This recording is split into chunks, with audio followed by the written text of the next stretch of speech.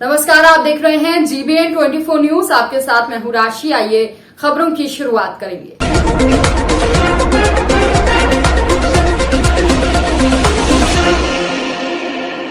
जंगल में सड़क किनारे अज्ञात युवक की जली हुई लाश मिलने से इलाके में सनसनी फैल गई। स्थानीय लोगों की सूचना पर दौड़ी पुलिस ने शव की शिनाख्त करने की कोशिश की, लेकिन कोई शिनाख्त नहीं हो पाई और बाद में पुलिस ने शव को सील कर पोस्टमार्टम के लिए भेज दिया है और हत्यारों की तलाश में जुट गई है। दरअसल शेरकोट क्षेत्र के सरदार पुलिया के पास एक अज्ञात युवक की जली हुई लाश मिली। अज्ञात बदमाशों ने शव को जलाकर राख कर दिया। उधर शव पड़ा मिलने से इलाके में सनसनी फैल गई। सूचना पर दौड़ी पुलिस ने शव को सील कर पोस्टमार्टम के लिए भेज दिया है। आखिर तक भी मृतक युवक की शिनाख्त नहीं हो पाई। फिलहाल पुलिस ने मामले में गहनता से जांच पड़ताल शुरू कर दी है। शाहजहांपुर में कलयुगी पिता की घिनौनी करतूत सामने आई है। कलयुगी पिता ने अपनी ही बेटी को हवस का शिकार बनाया। नाबालिग बेटी के साथ पिता ने ही दुष्कर्म किया। पुलिस ने आरोपी पिता को गिरफ्तार कर लिया। यूपी में शाहजहांपुर के थाना जलालाबाद क्षेत्र की घटना है। लखीमपुर खीरी मोहम्मदी तहसील क्षेत्र के गांव सेमरा जानीपुर के आलोक सिंह पुत्र Shri Santosh Singh MBBS Ukraine university Odisha में फंसे हुए थे, जो आज सुबह अपने घर पहुंचे। परिवार में खुशी की लहर है। मीडिया से बात करते हुए बताया कि वो यूक्रेन में एक हफ्ते से फंसे हुए थे।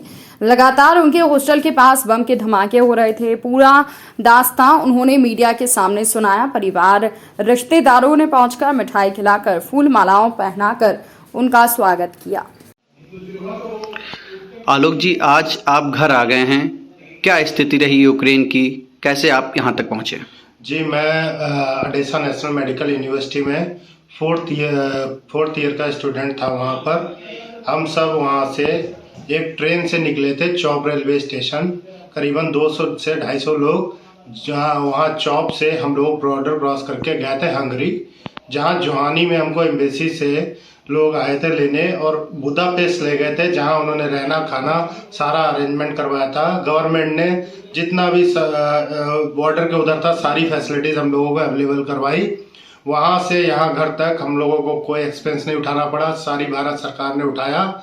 और जैसे कि कल मैं यहाँ पर अपने घर वालों से 1 बजे के टाइम पर मिला हूँ। दिल्ली से हमको कार से भेजा गया था। क्या स्थिति रही तब आपने देखा कि यूक्रेन और रूस का आप जब आपके यहाँ अटैक होने लगा, तो क्या आपके मन में था कि घर पहुँचेंगे कि नहीं पहुँचेंगे, क्या बातें मन में चल रही थी और आपके साथी कौन कौन साथ में थे, क्या इसके बारे में बताइए? मैं हॉस्टल में था, वहाँ पे कम से कम 25 से 30 लोग हम लोग थे। तो अटैक हो रहे थे जब, तो हम सब काफ़ी डरे हुए थे। किसी को कुछ समझ नहीं आ रहा था कि क्या करें क्या ना करें, क्योंकि उस टाइम किसी का दिमाग काम नहीं कर रहा था। तो हम लोग वही सोच रहे थे कि शायद हमारे एम्बेसी और सरकार कुछ करेगी, कुछ ना कुछ तो हम लोगों को निकालने का एक उम्मीद थी उससे। तो हम लोग जो था, लेकिन वेट किए कुछ दिन, उसके बाद फिर हम लोग खुद से, मोस्टली बच्चे जो थे खुद से ही मूव करने लगे बॉर्डर की तरफ कि कैसे भी करके बॉर्डर को क्रॉस करना है। आपके साथी लगभग साथ में और कौन कौन था और कितने भारतीय अभी रह गए हैं यूक्रेन में? अभी मेरे एक दोस्त खार्किव में था, तो मेरी कुछ देर पहले बात हुई, तो वो बता रहा है कि पेसोचिन लेके गए, उसको 700 बच्चे उसके साथ हैं अभी भी वहाँ पर। तो अप्रोक्स मेरे को लगता है कि इससे ज़्यादा ही बच्चे वहाँ पर फंसे हुए हैं अभी।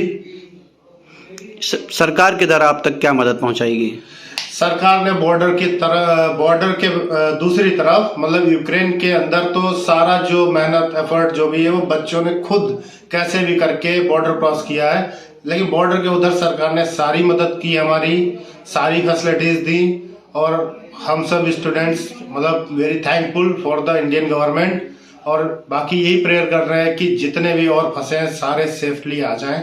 सहारनपुर कोतवाली के ग्राम का मामला है, जहां पर कल छात्रा को गंभीर अवस्था में जिला अस्पताल में भर्ती कराया गया है। परिजनों का आरोप है कि गांव के ही लड़के के द्वारा बालिका को जहर खिलाया गया है। परिजनों का आरोप है कि गांव के ही लड़के के द्वारा बालिका को जहर खिला दिया गया है। घटनाक्रम के अनुसार सुबह के समय बालिका घर से स्कूल के लिए निकली थी और स्कूल से बालिका की ड्रेस मिलने से हड़कंप मच गया। जिला अस्पताल में छात्रा को लेकर पहुंचे पीड़ित परिजन यहां पर बताया कि छात्रा स्कूल नहीं पहुंची, जब तलाशना शुरू किया तो स्कूल के पास सुनसान जगह पड़ी मिली जिसे जहर दिया गया था। साथ ही उसके साथ दुष्कर्म भी किया गया था। जहां पर इलाज के दौरान छात्रा ने दम तोड़ा, वहीं पुलिस घटना की जांच में जुट गई है। देर रात आरोपी युवक को पुलिस ने गिरफ्तार कर लिया है। वहीं घटना से संबंधित एसपी सिटी राजेश कुमार का कहना है कि परिजनों के आधार पर जानकारी मिलेगी। लड़की के साथ पहले दुष्कर्म की घटना को अंजाम दिया गया, उसके बाद उसे जहर दिया गया, उसकी मौत हो गई। पुलिस पूरे मामले की जांच कर रही है।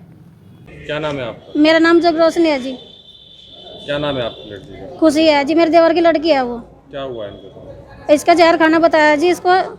इसका ट्रीटमेंट सही होना चाहिए, मेरी लड़की को इंसाफ मिलना चाहिए। क्यों जहर खाया इसने? पता जी सुबह की पेपर देने के लिए गई थी, फिर हम मास्टर आए हमारे घर, उन्होंने कहा भाई तुम्हारी लड़की नहीं है। अरे भाई अपनी लड़की को देखो कुमक्कत कहाँ। मैंने बच्चे देख के भाई हमें जहर खाई मिली लड़की है। कहाँ मिली थी? जंगल स्कूल की तरफ ही देखने गए थे, दूसरी साइड से रास्ता पड़ता है जी। आप किसी पे आरोप लगा रही है जिसने जहर दिया? हाँ जी, लड़की खुद बता रही है जी। साहिल नाम का लड़का है। सर मैं एक बात और कहना चाहूँगा, और लड़की का बयान करो। बस मैं तो यही कहना चाहूँ जी, मेरी लड़की को इंसाफ मिलना चाहिए। ठीक। मैं एक बात थाना कोतवाली देहात के बिजोपुरी गांव का ये मामला है। इसमें एक युवती आज अर्ध बेहोशी की दशा में थाना कोतवाली देहात आई थी। फिर थाना कोतवाली देहात द्वारा तुरंत उसको इलाज हेतु जिला अस्पताल में भर्ती किया गया, जहां इलाज के दौरान उसकी डेथ हो गई। उसके परिजनों ने बताया है कि गांव के ही एक युवक द्वारा उसके साथ दुष्कर्म की घटना की गई है और उसको कुछ जहरीला पदार्थ दिया गया है। इस संबंध में उनसे तहरीर प्राप्त कर ली गई है और उसमें कड़ी विधि कर। बुलंदशहर में यूक्रेन वार पर राकेश टिकैत बोले, बॉर्डर पर छात्रों से नारे लगवाए जा रहे हैं, फोटो खिंचवाई जा रही है। सरकार नारे लगवाकर वोट की तलाश यूक्रेन में कर रही है, मोदी देश के भगवान नहीं है। राकेश टिकैत ने कहा जो हिसाब की बात करेगा उनसे हिसाब किताब की बात की जाए। तेलंगाना सरकार किसानों को 10,000 रुपए प्रति एकड़ के हिसाब से भुगतान करती है, तो यहाँ पॉलिसी देश में भी ये लागू होना चाहिए। टिकैत ने कहा कि फ्री राशन पर बोले कि खर्च ज्यादा है, बैग में राशन कम है। भारतीय किसान यूनियन के राष्ट्रीय प्रवक्ता राकेश टिकैत ने केंद्र सरकार पर वादा खिलाफी का आरोप लगाया। राकेश टिकैत बोले एमएसपी निर्धारित करने के लिए समिति बनाने की बात की थी, सरकार ने अभी तक कोई भी समिति नहीं बनाई है। और कहा बढ़ती महंगाई पर कि बिचौलिया महंगाई बढ़ाता है, सरकार बिचौलियों पर कंट्रोल नहीं करती। हम बीजेपी के खिलाफ नहीं है, कांग्रेस व अन्य पार्टियों के द्वारा जिन स्टेशन में शासन है वहां पर हम गए हैं और किसानों को न्याय दिलाया है। देश में भाजपा की सरकार नहीं बल्कि एक कंपनी की सरकार चल रही है। राकेश टिकैत ने कहा कि किसान मतगणना स्थल पर भैया बग्गी और तमाम संसाधनों के साथ जाएं, जहां उन्होंने सरकार पर धांधली और बेईमानी की संभावना का भी आरोप लगाया। टिकैत ने कहा कि सरकार ने जिला पंचायत चुनाव में बेईमानी की थी, कम्युनल मैच यूपी की जमीन पर नहीं होने देंगे, ऐसे सभी स्टेडियम को तोड़ दिया गया है। अरे सुनो भाई, क्या बीमारी है? हमारे वही सारे हैं, एक बड़े आंदोलन की देश में फिर जरूरत है और इस आंदोलन को यूथ जो होगा, क्योंकि यूथ पे ज्यादा प्रभाव पड़ रहा है। नौकरियां है नहीं, नौकरियां खत्म करी जा रही है, तो ये आने वाले टाइम पे यूथ तैयार रहे इसके लिए। अभी यहाँ पे एक चीज और हम कह देते हैं, क्योंकि हर आदमी यहाँ पे वोटर भी हैं। हम कैंडिडेट और वो तो है नहीं, हम किसी के सपोर्टर नहीं है, लेकिन वोटर हैं। तो भाई अपनी वोट जिसको दी उसके घर तक पहुंचाने का काम भी जनता का ही है। अपनी निगाह रखना, ये धोखेबाजी करेंगे हम तो बताते हैं, गांव के लोगों ने हमको बता कि ये धोखेबाजी करेंगे तो अपना ट्रैक्टर लेके जाइए भाई। 9 और 10 तारीख को किसान अपनी छुट्टी रखें, अपनी जहां गिनती है उसका पहरा दे। 9 तारीख में ट्रैक्टर लेकर वहां चले जाएं, अपना कंबल रिजाई विजाई लेकर जाएं, 2 दिन का खाने का राशन पानी लेकर जाएं, कान पे 4 अंगल ऊपर अपना कपड़ा वपड़ा बांध कर जाएं, रात को ठंड हो तो ये सारी चीज कर 2 दिन के लिए अपना भाई पहरेदारी का काम भी कर ले भाई। जिसको वोट दी उसके घर तक भी पहुंचा दो। तो ये भी है, ये बेईमानी करेंगे। एक जिला एक बेईमानी की सीट जिता कर देने का इनका प्लान है, उस पर निगाह रख लेना। एक जिला एक सीट बेईमानी से जिताने का प्रोग्राम करेंगे, गिनती पक्की करवा लेना अपनी। हम तो नॉन पॉलिटिकल, हम तो बताते हैं कुछ भी, जो हमको गांव वालों ने बताया वो हमने आपको बात बता दी। ठीक है जी। बेईमानी की आशंका है क्या? हाँ, आशंका नहीं, पक्का है भाई, आशंका थोड़ा तो पक्की है बात। तो क्या कहना चाह रहे हैं किसानों से? किसान का ये है कि 2 दिन की छुट्टी किसान रख के 9 और 10 तारीख की छुट्टी रखा, अगर वोट दी है तो भाई अपनी गिनती ठीक करवाइए जाकर वहाँ। बेईमानी का किसान को कैसे पता चलेगा? पता चलेगा जब पहरेदारी ठीक रहेगी, गिनती पक्की करवाओ अपनी वहां पे। ये हारे हुए कैंडिडेट को जीत का सर्टिफिकेट देंगे। अगर बाहर पहरेदारी कमजोर होगी, चोर को रास्ता मिल गया जहां से उसने चोरी पहले करी जिला पंचायत में, वो उसी रास्ते से चोरी करने फिर आएगा। पहरेदारी मजबूत रखनी है अपनी। यानी प्रशासन भी पूरे प्रदेश का मिला हुआ है। प्रशासन तो सरकार की उस पर चलता है। यहाँ तो जज 150 जज तो यहाँ आरएसएस के भर्ती कर दिया देश में। ये देश आरएसएस नाम की एक संस्था इस देश को चलाएगी। उसका इस देश पे कब्जा हो चुका है। उससे अगर बचना है तो सब चीजों पे निगाह करनी पड़ेगी। सब संस्थाओं पर कब्जा हो चुका है, अनऑफिशियली कब्जा एक किस्म से। नौकरी कहीं लग रही, आप जितने भी यूनिवर्सिटियां हैं उसके वीसी कौन लग रहे हुए हैं, उनकी विचारधारा क्या है, उन्हें कहां से ट्रेनिंग ली है। इस देश को बेचने का प्लान बन रहा है। इसको बचाना है तो यूथ को आगे आना पड़ेगा। मुक्ति अभियान देश में चलेगा। मीडिया प्रेस के लोगों को भी मुक्त करवाना पड़ेगा, मीडिया हाउसों को भी मुक्त करवाना पड़ेगा। वो भी अभियान का हिस्सा हमारा है। लेकिन अपनी पहरेदारी मजबूत रखना। जिला पंचायत में जो व्यवहार हुआ था, जो सरकार ने जिला पंचायत में काम करा, उसने चोरी करी है, गुंडागर्दी करी है। जिस रास्ते से करी है उसी रास्ते से फिर करने की कोशिश करेंगे। ये गांव के लोगों ने बताया हमको। अपनी निगाह रखना, जो वोट दी उसके घर तक वोट पहुंचाने का काम करो। आपका राष्ट्रव्यापी आंदोलन कब से होने की संभावना है? 2022 में वैचारिक होगा, पूरे देश में हम जाएंगे। और आगे का फिर 2023 में उसमें कब होगा नहीं बताते। लेकिन अभी एमएसपी के नाम पे हम एमएसपी पे खरीद पूरे देश में हो, उसके उसमें तमिलनाडु, कर्नाटक, राजस्थान, मध्य प्रदेश, सब जगह हम जा रहे हैं। अब शुरू कर रहे हैं हम, इसी महीने से शुरू हो जाएगा मार्च से। सर, गन्ने के दाम के लिए क्या कहेंगे आप? पिछले काफी समय से गन्ने के दाम की मांग बढ़ा। गन्ने के दाम बढ़ाए नहीं, 25 रुपए बढ़ाए, लास्ट ईयर बढ़ाए हुए भी। गन्ने के भाव भी बढ़ने चाहिए। मांग रहे गन्ने के मांग तो हमारा जो CT+50 वाला फार्मूला है उसको लागू कर दो। उस पर 450 रुपये बैठेगा अभी।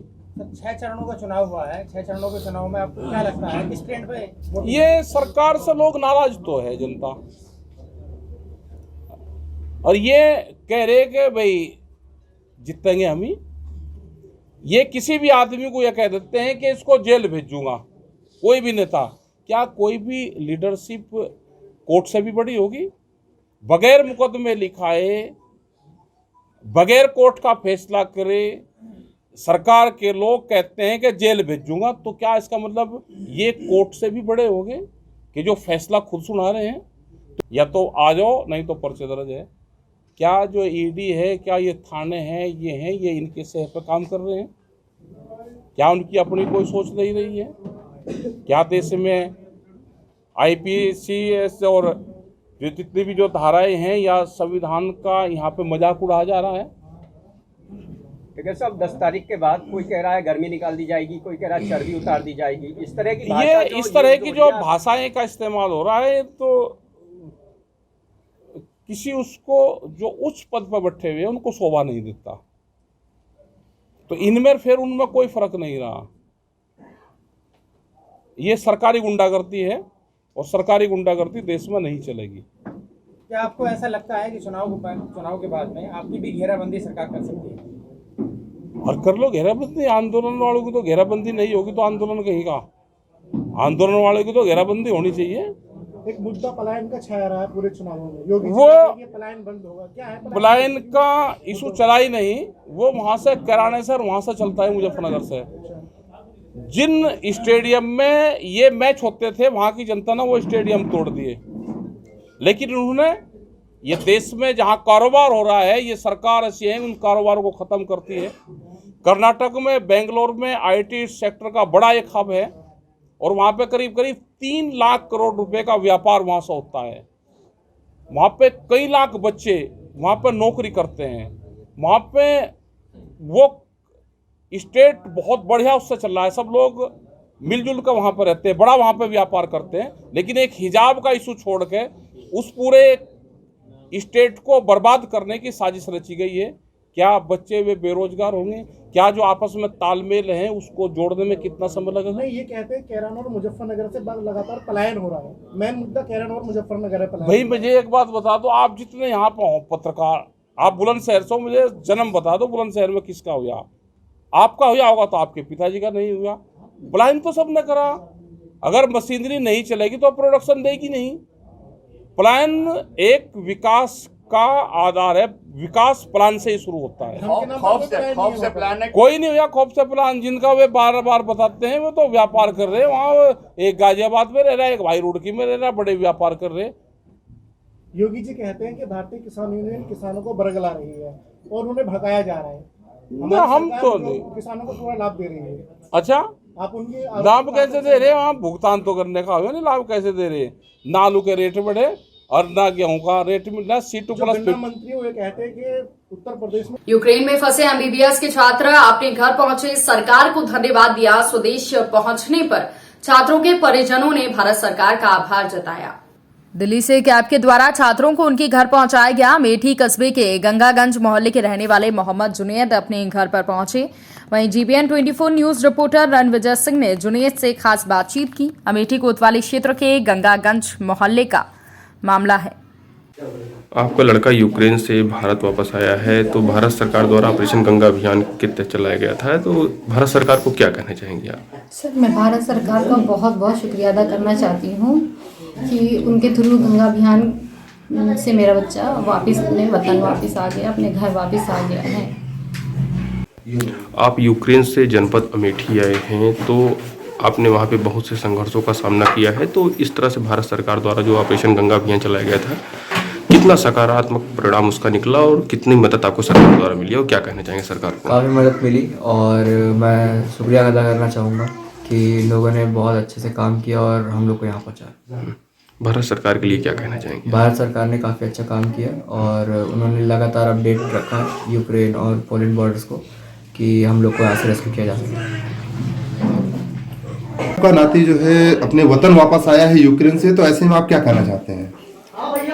मैं धन्यवाद देना चाहता हूँ कि बच्चा वापस आ गया है और इससे ज़्यादा मैं क्या कहना चाहता हूँ। सरकार का जो अभियान था ऑपरेशन गंगा, सरकार को क्या कहना चाहते हैं आप? सरकार को धन्यवाद देना चाहता हूँ कि हमारा बच्चा वापस आया है, नाती। इस बुलेटिन में फिलहाल के लिए इतना ही। अपडेट्स के लिए आप बने रहिए हमारे साथ। नमस्कार।